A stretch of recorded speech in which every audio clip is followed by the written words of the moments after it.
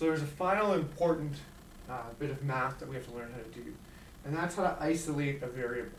So we're not always asked to calculate power output. Sometimes we're asked to calculate the mass that's put onto the bike or the resistance. Or sometimes we're asked to calculate distance or even RPM, in which case you're given all the other variables. So they would give you power output. Now how do you take this formula and solve for one of the other variables? Well, to do that you have to remember how to cross multiply.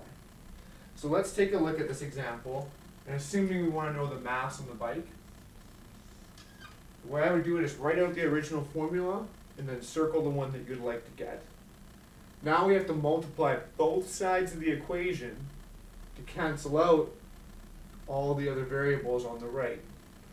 So what that looks like, I'll do it in blue, we're going to multiply this side by time over acceleration and distance. But we have to do it to the other side of the equation for it to be balanced. So over here you'd be multiplying by time over acceleration and distance.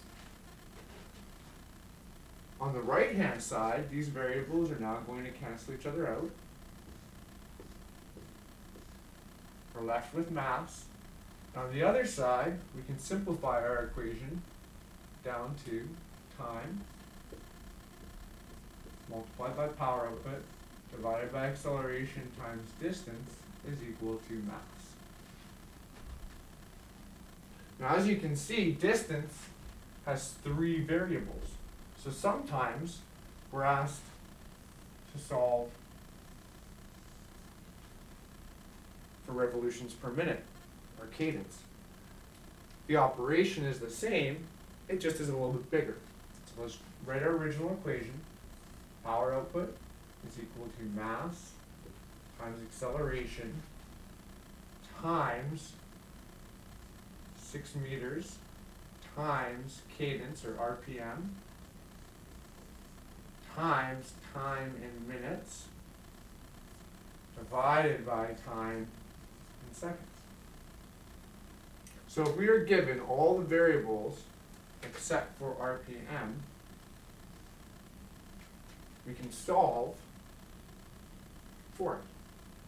So on this side of the equation and on this side of the equation, we have to multiply by time in seconds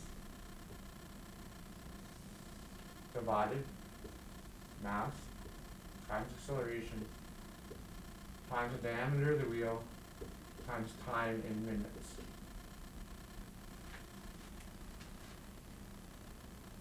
On this side of the equation, if we had multiplied by all of those, we'd find that that cancels, that cancels, that cancels, and that cancels, and that cancels. There, there, there, there, and there. And all we're left with is RPM. So we can rewrite our equation as time in seconds multiplied by the power output divided by mass times acceleration times the diameter of the wheel times time in minutes. And that would equal to RPM. Now fortunately, it doesn't always have to be this complicated. If, for example, you're only given the formula for work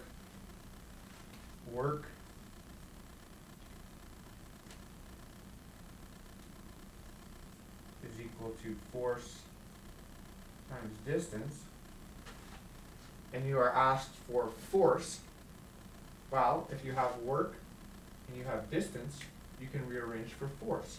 So on this side, we could multiply by 1 over distance. And on this side, we could multiply by 1 over distance.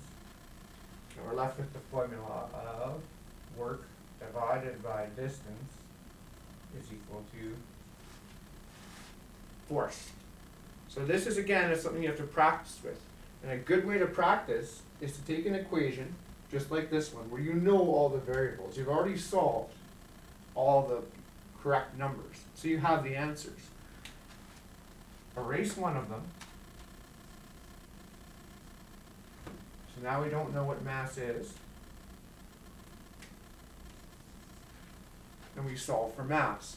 So I'm just going to take a second and write that down. Now I've already done that, so this is the equation that we're going to use. So mass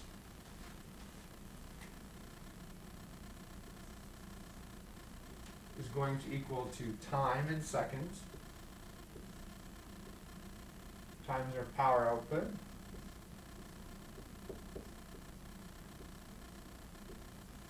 divided by acceleration due to gravity times the size of the wheel times RPM times time in minutes. And if it helps, we can put that in brackets so you remember that that's the distance equation. But if we solve that, we'll find the answer is 1.5 kilograms. Okay? Which is the number we deleted from here.